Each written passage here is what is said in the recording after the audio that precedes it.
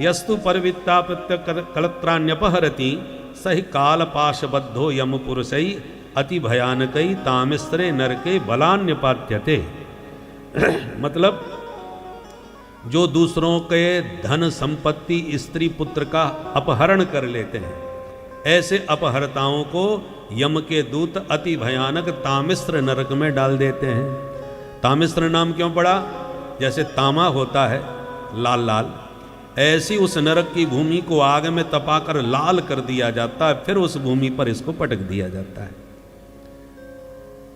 घर में आए हुए अतिथि अभ्यागत मेहमानों को जो क्रोध भरी आंखों से देखता है, कौन बना के खवाए इसे, वो वज्रतुंड नरक में जाता है, जहां गीध उसकी आंख निकाल करके खा जाते हैं। दूसरों को धोखा दे करके, बेईमानी करके, छल कपट करके केवल अपने परिवार का भरण पोषण करता है, वो रौरव नरक में जाता है। एतत् अहम एतत् मम इति भूतद्रोहेण केवलम सकुटुम्ब एव अनुदिनम प्रपुष्णाति स रौरवे पतति। रुरु नाम का एक जानवर होता है, वो इतना भयानक होता है कि उसको देख करके चीख निकल जाती है, व्यक्ति रोने लगता है, इसलिए उसका नाम है रुरु। और रुरु नाम के जानवरों से भरा हुआ वो नरक है, इसलिए उसका नाम है रौरव। तो जो दूसरों से द्रोह करके, वैर करके, छल कपट पूर्वक धन आर्जन करके अपने परिवार का पेट भरते हैं, वो रौरव नरक में गिरते हैं। दूसरों को मार काट के उनका मांस पका करके खा के अपना मांस बढ़ाते हैं, वो कुंभी पाक नरक में जाते हैं। यहाँ तप्त तैले उपरंधयंती, तेल की कढ़ाई में यम के दूध पकड़ के उसको छोंक देते हैं। परंतु इतना शरीर का टुकड़ा टुकड़ा भी कर दे तब भी वह प्राणी मरता नहीं है, क्योंकि जब नरक में जाता है तो उसको यातना देह प्राप्त होता है। यातना देह की विशेषता है कि उसको यातना कितना भी दो, दर्द तो होगा पूरा जैसे इस शरीर में होता है, पर फिर भी वो मरता नहीं है, इसलिए उसको यातना देह कहते हैं। पुण्यात्मा जब स्वर्ग में जाता है तो उसको देव शरीर मिलता है, जिसमें वो दिव्य सुख भोग सके, और नरक में जाएगा तो यातना देह प्राप्त होगा। जिस लोक में जाता है उसके अनुकूल ही उसे शरीर प्राप्त होता है।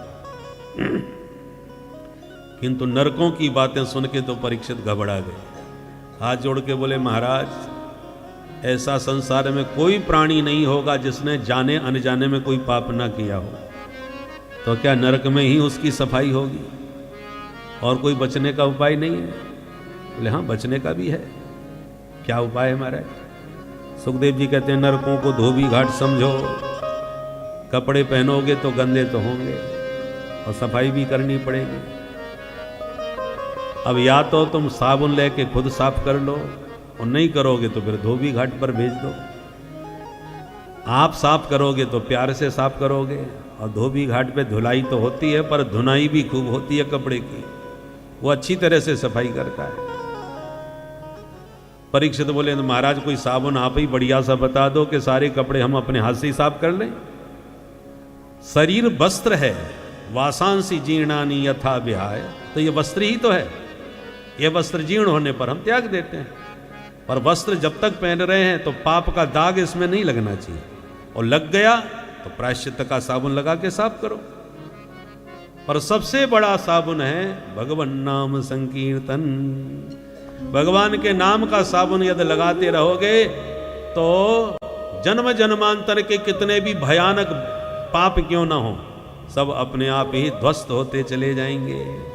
आप जो भी पुण्य कर्म करते हैं उसमें संकल्प करते हैं, पर केवल भगवान के नाम का ही चमत्कार है, संकल्प करने की जरूरत नहीं। केवल नाम जपते जाओ, नाम अपने आप ही आपके पापों को साफ करता चला जाएगा। जन्म जन्मांतर के पाप नाम की शक्ति से साफ हो जाते हैं। नामस्त यावतिर शक्ति पाप निर्हरणम हरे, तावत कर तुम न शकनोती पातकम पातकी जना। व्यास जी ने तो चैलेंज करते हुए कहा कि बड़े से बड़े महापापी जन्मांतर में इतने पाप नहीं कर सकते जितना प्रभु का नाम उन पापों को भस्म करने में सामर्थ्यवान है। रुई का कितना भी बड़ा पहाड़ क्यों ना हो, ईंधन का लकड़ियों का कितना बड़ा ढेर क्यों ना हो, पर एक छोटी सी चिंगारी यदि बैठ गई तो सबको जला करके राख कर देती है। ऐसी प्रभु के नाम की चिंगारी चमत्कारी है। अच्छा महाराज, तो आज तक कभी किसी पापी के पाप धुले हैं? नाम से? कोई प्रमाण, कोई सबूत है आपके पास? बोले हाँ बिल्कुल है। तो बताइए क्या, ऐसा कौन पापी हुआ? तब एक इतिहास की कथा सुनाई। कान्य कुब्जे द्विजः कश्चित् दासी पति रजा मिलः, नामना नष्ट सदाचारो दास्याः संसर्ग दूषितः। एक ब्राह्मण था अजामिल, पढ़ा लिखा विद्वान भी था, और दुर्भाग्य से एक बार जंगल में लकड़ी बीनने गया, वहां एक गणिका को देख लिया और उसकी सुंदरता पर ऐसा मुग्ध हुआ कि अपनी पत्नी परिवार सब छोड़ छाड़ के उसी गणिका के घर चला गया और उसी वैश्या के साथ रहते हुए इसने 10 बच्चों को जन्म दिया। इसके 10 पुत्र हुए और 10वें बच्चे का नाम, जो सबसे छोटा था, एक संत के कहने पर इसने नारायण रख लिया, स्वीकार कर लिया। और उस पुत्र में इसकी अत्यधिक आसक्ति हो गई। हर बात पे उसी को आवाज लगाता था, बेटा नारायण चलो भोजन कर लो, बेटा नारायण चलो घूमने चलते हैं। जो बच्चा प्यारा होता है उसी को ज्यादा पुकारा जाता है। अब अजामिल की मृत्यु का जब समय आया तो काले काले भयानक यमदूत इसको लेने के लिए आ गए, क्योंकि पापी था। यमदूतों को देख के घबरा गया और भयभीत होकर इसने अपने पुत्र को पुकारा जो खेल रहा था। दूरे क्रीडन का सक्तम पुत्रम नारायणाभयम् प्लावितेन स्वरोणोच्चैः आजोहाव कुलेन्द्रिय आजोहाव कुलेन्द्रिय। खेलते हुए बच्चे की तरफ देख के इसने आवाज लगाई, बेटा नारायण बचाओ। और ये ध्वनि भगवान के पार्षदों के कान में चली गई। अरे नारायण भक्त कोई संकट में आ गया भाई। 4 भगवान के चतुर्भुज रूपधारी पार्षद प्रकट हो गए और यम दूतों में वो धक्का मारा कि दूर गिरे। यम के दूत एकदम खड़े हो गए और बोले, क्यों भाई तुम 4 चमकीले चमकीले कहां से चले आए? हमको धक्का क्यों मारा? कौन हो तुम? विष्णु दूत होने का पहले तुम बताओ, तुम काले कलूटे कौन हो? बोले हमको नहीं पहचानते, हम यमराज के दूत हैं, पापियों को पकड़ते हैं। ये नंबर 1 का महापापी है, ब्राह्मण कुल में जन्म लेकर के महाभ्रष्ट हो गया, इसलिए इसका वारंट लेके आए हैं अपने मालिक से। महाराज यमराज ने इसका वारंट निकाल दिया, इसलिए पकड़ने आए हैं हम लोग। आप लोग कौन हैं?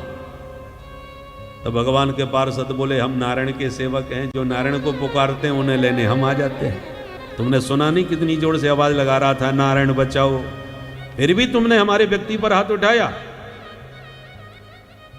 यमदूत बोले, आप धोखा खा रहे हैं, ये तुम्हारे नारायण को जानता भी नहीं है, इसके बच्चे का नाम नारायण है, ये उसी को बुला रहा है। विष्णु दूतों ने कहा, हमें इससे कोई लेना देना नहीं, इसके बच्चे का यदि नारायण नाम है तो 4 साल पहले रखा गया है, किंतु हमारे प्रभु का नारायण नाम तो अनादिकाल से है, हजारों वर्षों से।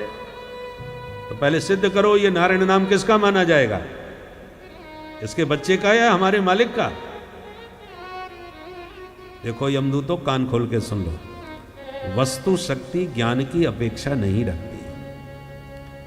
जिस वस्तु में जो शक्ति है, जरूरी नहीं है कि उसका ज्ञान हो तभी वो शक्ति काम करे। तुम्हें ज्ञान हो या ना हो, शक्ति तो अपना काम करेगी।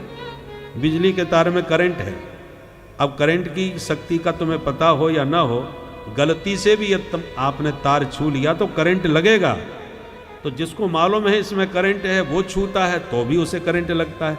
जिसको नहीं मालूम, अनजाने में छू ले तो उसको भी उतना ही करंट लगता है। करंट को कोई मतलब नहीं। आग में जलाने की शक्ति है, तुम्हें पता हो या ना हो, छुओगे तो जलोगे। जहर में मारने की शक्ति है, पता हो या ना हो, जो पियोगे वो मरेगा। क्योंकि वस्तु शक्ति ज्ञान की अपेक्षा नहीं रखती। तो जैसे धोखे से भी तार पकड़ने पर करंट लगता है, आग पकड़ने पर जलना पड़ता है, विष पीने पर मरना पड़ता है, ऐसे धोखे से भी प्रभु का पवित्र नाम मरते समय यदि मुंह से निकले तो जीव का कल्याण होके ही रहता है। इसलिए कैसे भी प्रभु का नाम मुंह से निकले। भाय को भाय अनख आलस हो, भाय को भाय अनख आलस हो, नाम जपत मंगल दिस दसहु। नाम जपत मंगल दिस दसहु। कहो कहाँ लगी नाम बड़ाई, कहो कहाँ लगे नाम बड़ाई।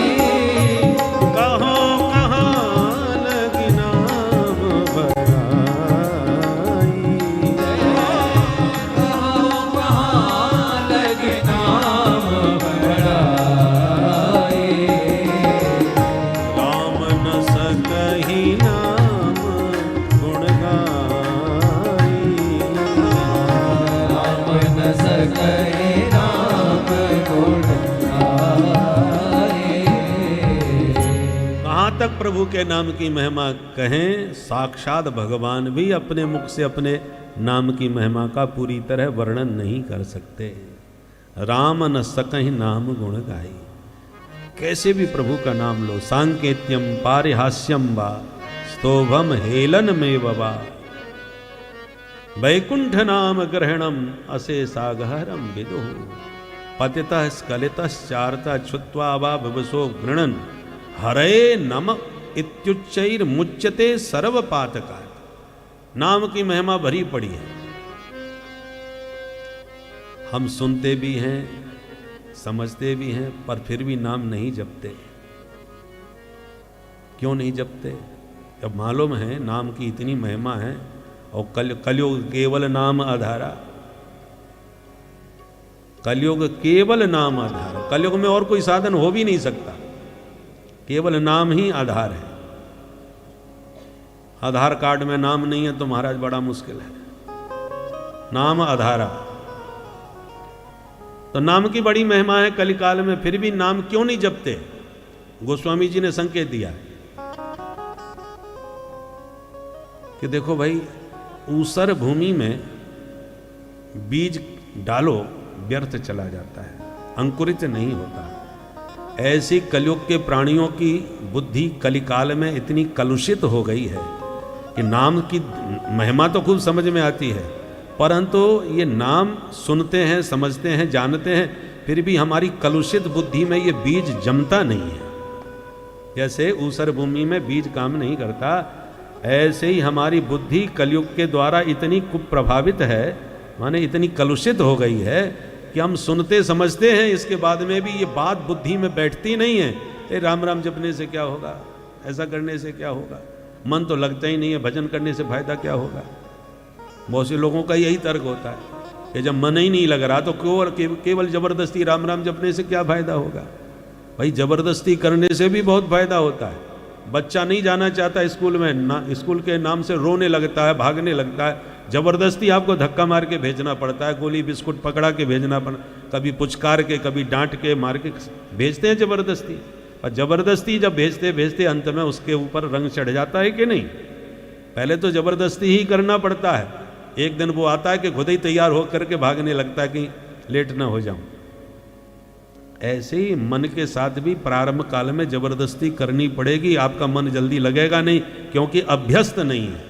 अभी तो वो विषयों का अभ्यासी है, भगवत रस का अभ्यासी तो बना नहीं है। तो बनाने के लिए आपको अभ्यास करना पड़ेगा, प्रयास करना पड़ेगा, जबरदस्ती करनी पड़ेगी। आप अपना मकान एकदम साफ करके, चमका करके और ताला मार के विदेश चले जाओ, और 2 साल के बाद आओ, फिर कितना भी चमका के गए हो फिर भी आपको धूल मिट्टी लगेगी, आपको सफाई करनी पड़ेगी। और जब सफाई करोगे धूल उड़ेगी तो नाक में कान में जाएगी, छींक आएगी, परेशानी होगी, उलझन होगी, फिर भी आप नाक कान बंद करके जबरदस्ती झाड़ू मारते हो, क्योंकि घर हमारा है, सफाई करनी है। अब धूल उड़ने से यदि आपको परेशानी हो रही है तो उस परेशानी को सहन करो, किंतु आज जितनी धूल उड़ी है उतनी कल नहीं उड़ेगी। और प्रतिदिन जबरदस्ती आप पोंछा मारते रहे, झाड़ू मारते रहे, तो एक दिन वही मकान फिर ज्यों का त्यों चमकने लगेगा, क्योंकि 2 साल से झाड़ू पोंछा नहीं लगा, इसलिए धूल जम चुकी है।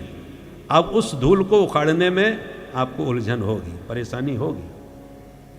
उसी प्रकार आपने यदि जीवन भर जन्मांतर से कभी भजन नहीं किया और श्री गणेश भजन करोगे तो वर्षों की जो धूल रजोगुण की तमोगुण की जमी हुई है आपके मन में, वो भजन के झाड़ू लगने से उड़ेगी और तुम्हारा मन भी उसके साथ उड़ेगा। दुनिया भर की बातें जो कभी ना याद आती हों, भजन के समय ही याद आएंगी, ध्यान करते समय ही याद आएंगी, क्योंकि जो भरा हुआ है वही तो उड़ेगा।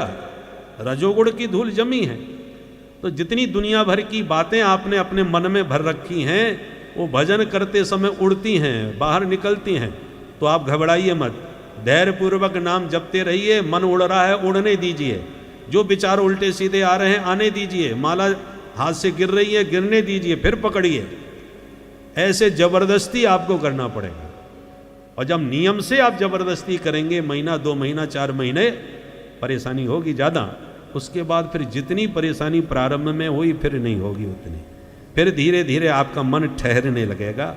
जैसे उड़ जहाज को पंछी पुन जहाज पे आवे, मेरो मन अनंत कहाँ सुख पावे। पानी का जहाज है, पक्षी उस पर बैठा है, अब उड़ गया तो उड़ के जाएगा कहाँ? चारों तरफ समुद्र अनंत, बैठेगा कहाँ? लौट के उसे जहाज पे ही आना पड़ेगा, वही उसका अवलंब है। ऐसी मन कितना उड़ेगा, कब तक उड़ेगा? लौट के उसे वापस ही आना पड़ेगा आपके पास। इसलिए पहली उड़ान से आप घबराइए मत। नियम आप जब दृढ़ता के साथ लेंगे तो धीरे धीरे मन आपका ठहरने लगेगा, रुकने लगेगा, फिर धीरे धीरे स्वाद बढ़ने लगेगा। फिर उस नाम का जब तक स्वाद नहीं आया तब तक तो परेशानी है। जब स्वाद आ गया, राम नाम अति मीठा है, कोई गा के देख ले लोग, परंतु अब मिठास का स्वाद आवे तब आनंद आएगा ना। श्रीमद् वल्लभाचार्य जी तो कहते हैं मधुराधिपते रखिलम मधुरम, माधव बड़े मधुर हैं। पर हमको क्यों नहीं लग रहे? क्योंकि हमको अभी चस्का नहीं लगा है, हमने अभी उसका स्वाद नहीं चखा है, इसलिए हमको ये अतिशयोक्ति लगती है। किसी का रंग चढ़ने में समय लगता है। कोई तम्बाकू ना खाता हो, पहली बार खिला दो तो चक्कर खा के गिर जाए, और फिर जब चस्का लग जाए तो फिर उसे ना मिले तो बिना खाए चक्कर आने लग जाते हैं। कड़वी चीज है, फिर भी कितना हमारे चित्त पर चढ़ गई कि अब उसके बिना बेचैनी होने लगी। जब इतनी कड़वी चीज भी हमको अपना दास बना सकती है, अपना गुलाम बना सकती है कि उसके बिना हम रह नहीं सकते, तो फिर मधुर रस का जब चस्का लग जाएगा तो उसके बिना कैसे रह पाओगे? वो तो परम मधुर है।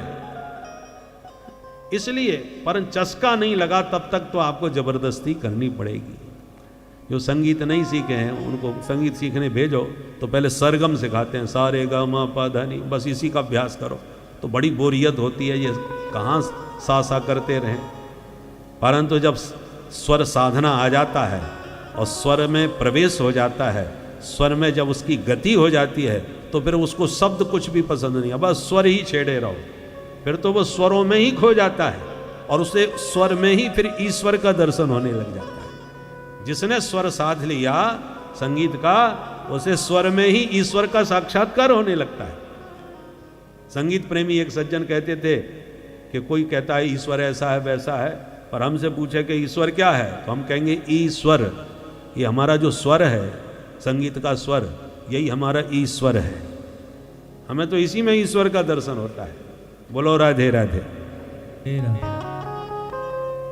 वो एक चौपाई बोलते थे, बड़े भाग्य मानुष तनु पावा, बड़े भाग्य से मनुष्य शरीर मिला है, किंतु सुर दुर्लभ, सुर सबको नहीं मिला। वो कहते हैं सुर दुर्लभ, माने सुर भगवान सबको नहीं देते, किसी किसी को स्वर देते हैं। जिसको सुर में ईश्वर का दर्शन होवे वो सुर बड़ा दुर्लभ है। ऐसा अर्थ सुर का, वैसे तो अर्थ देवताओं में सुर माने देवता, पर वो सुर का अर्थ स्वर से लगाते थे कि सुर बड़ा दुर्लभ है। जिसके कंठ में बिल्कुल सुर नहीं, उनकी परिभाषा बता रहा हूं। बिल्कुल जिनके कंठ में सुर नहीं वो असुर, वो बिल्कुल सुर नहीं है तो असुर, और जिसके कंठ में बढ़िया सुर है वो ससुर। बोलो राधे राधे राधे राधे। तो सुर दुर्लभ है, सबको नहीं मिलता।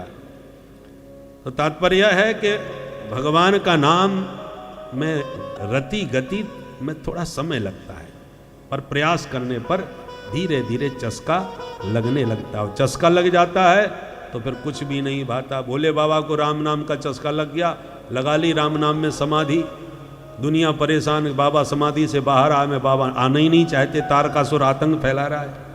तब कामदेव को भेजा कि तुम इनके मन को बाहर निकालो। कामदेव का काम तमाम कर दिया भोले बाबा ने। कब? जब उन्होंने बाधा डाली तब। तो ऐसा कौन सा रस मिल रहा था कि वो बाहर निकलना ही नहीं चाह रहे थे। इसी का नाम समाधि अवस्था है। जब उस रस में प्रवेश हो जाएगा तो समाधि में चले जाओगे, फिर दुनिया का कुछ भी स्वाद आपको अच्छा नहीं लगेगा, सब नीरस हो जाएगा। तो नाम की अद्भुत महिमा गाई। अंत में यमदूतों को मार पीट के भगा दिया। और अजामिल ने जब ये बातें सुनी तो उसको वैराग्य हो गया। गंगा तट हरिद्वार में जाके खूब नारायण का भजन किया और अंत में अजामिल मुक्त हो गया। यमदूतों ने यमराज के सामने कालदंड फेंक दिए, महाराज हो गई नौकरी, अब नहीं करेंगे। क्यों? बोले आपसे वारंट लेके गए थे उस पापी को पकड़ने के लिए, अब उल्टे हमारी पिटाई हो गई, हम ही पिट के आ गए। तुम्हें किसने मारा? बोले सरकार हमने जब उस पापी को पकड़ा तो उसने नारायण को पुकारा, सोई 4 लोगों ने आके हमको मारा। जो नारायण का नाम सुना यमराज ने तुरंत मुंह पे हाथ धर दिया। बोले खबरदार, ये नाम अब लिया सो लिया, दोबारा तुम्हारे मुंह से नहीं निकलना चाहिए। क्यों, क्या हो गया महाराज? बोले देख नहीं रहो तुम नरक में खड़े हो, चारों तरफ पापी लोग पड़े हैं और प्रभु का पवित्र नाम उन पापियों के कान में पड़ गया तो मेरा कारोबार सब चौपट हो जाएगा, तत्काल सबकी विदाई करनी पड़ेगी, मेरी तो सारी फाइलें बंद हो जाएंगी। यमदूत चौंके, बोले ऐसा क्या चमत्कार है महाराज इस नाम में, थोड़ा हमें भी बताओ। यमराज बोले इतनी पिटाई होने पर भी चमत्कार तुम्हें समझ में नहीं आया? अरे तुमने गलती से पुत्र के बहाने प्रभु का नाम लिया तो तुम उस पापी को छू नहीं पाए, और प्यार से पुकारा होता यदि उसने प्रभु का नाम तो तुम उसे देख भी नहीं सकते थे। इससे ज्यादा चमत्कार तुम्हें और क्या बताऊं मैं? यमदूतों ने कहा हमें तो आज इतना बता दो कि आज के बाद हम किसको लेने जाया करें, बार बार झगड़ा ना हो। यमराज बोले तो नोट कर लो, जिह्वा न भक्ति भगवत गुण नामधेयम् चेतश्च न स्मरति तच्चरणारविन्दम् कृष्णाय नो नमति यद शिर एकदापि ताननयध्वमसतो कृत विष्णु कृत्याम्। जिनकी जिह्वा से हरि का नाम न निकले उन्हें पकड़ के लाओ, जिनका चित्त हरि के चरणों का चिंतन न करे उन्हें पकड़ के लाओ, जिनका माथा मुरलीधर माधव के चरणों में न झुके उन्हें पकड़ के लाओ, बाकी लोगों से हाथ मत लगाओ, क्योंकि वो कृतज्ञ है। किए हुए उपकार को न मानने वाला व्यक्ति कृतज्ञ होता है। कोई आपको घड़ी पहना दे बढ़िया विदेशी तो आप बड़े प्रसन्न होकर उसकी 10 बार तारीफ करोगे, जब जिसको भी दिखाओगे कहोगे भाई फलाने ने हमको दी, उसकी कितनी महिमा गाते हैं। जिसने घड़ी दी उसकी तो घड़ी घड़ी आपने महिमा गाई, पर जिन प्रभु ने हाथ दिया है उनको भी तो धन्यवाद दो। ठाकुर जी ने हाथ ही ना दिया होता तो घड़ी कहाँ लटकाते आप? बोलो राधे राधे राधे राधे। इसलिए प्रभु जो दिए हैं वो दुनिया में तुम्हें कोई नहीं दे सकता। एक एक अंग की कितनी कीमत होती है।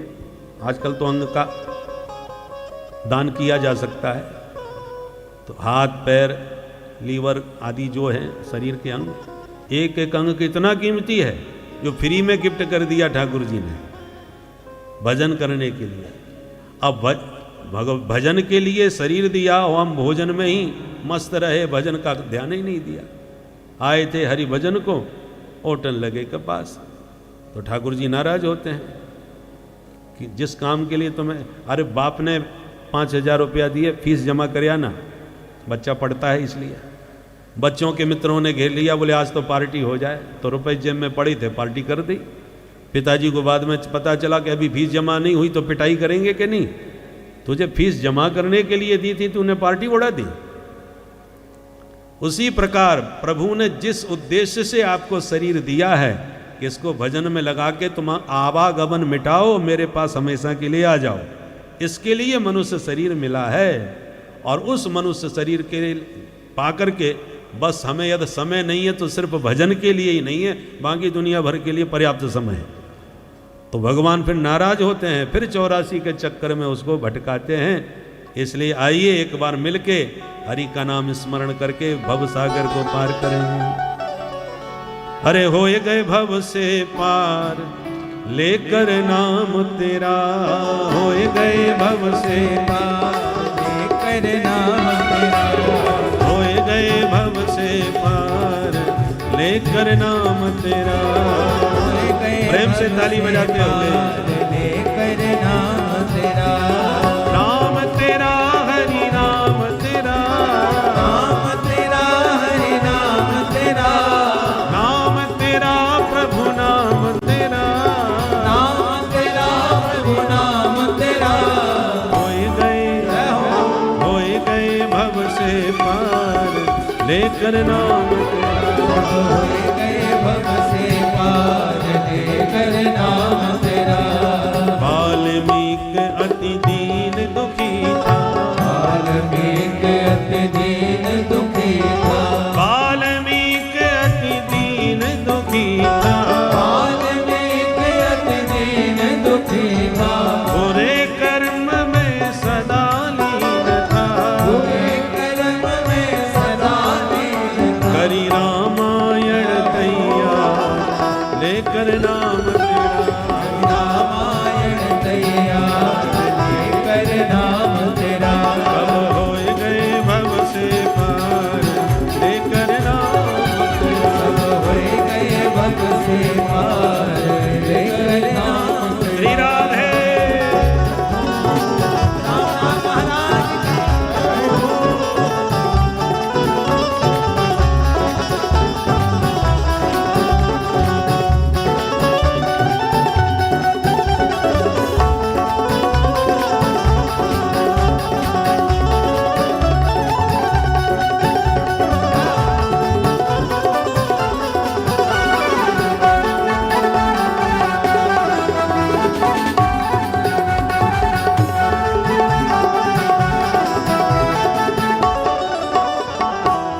नल नील जाति के वानर, नल नील जाति के वानर, नल नील जाति के वानर, नल नील जाति के वानर। राम नाम लिख दिया शिला पर, राम नाम लिख दिया शिला पर। अरे होए गई सेना पार लेकर नाम तेरा, होए गई सेना पार लेकर नाम तेरा।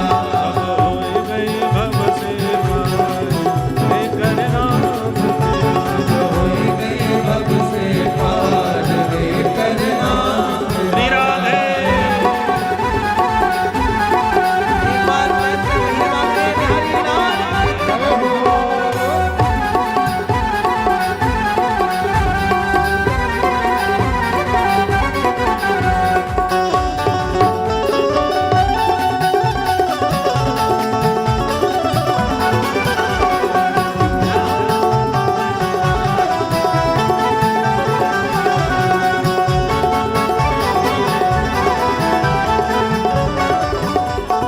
मीरा गिरधर नाम पुकारी, मीरा गिरधर नाम पुकारी, मीरा गिरधर नाम पुकारी, मीरा गिरधर नाम पुकारी। विष अमृत कर दिया मुरारी, विष अमृत कर दिया मुरारी, विष अमृत कर दिया मुरारी। विष अमृत कर दिया मुरारी। अरे खुल गए चारों द्वार लेकर नाम तेरा, खुल गए चारों द्वार लेकर नाम तेरा। होए गए भव से पार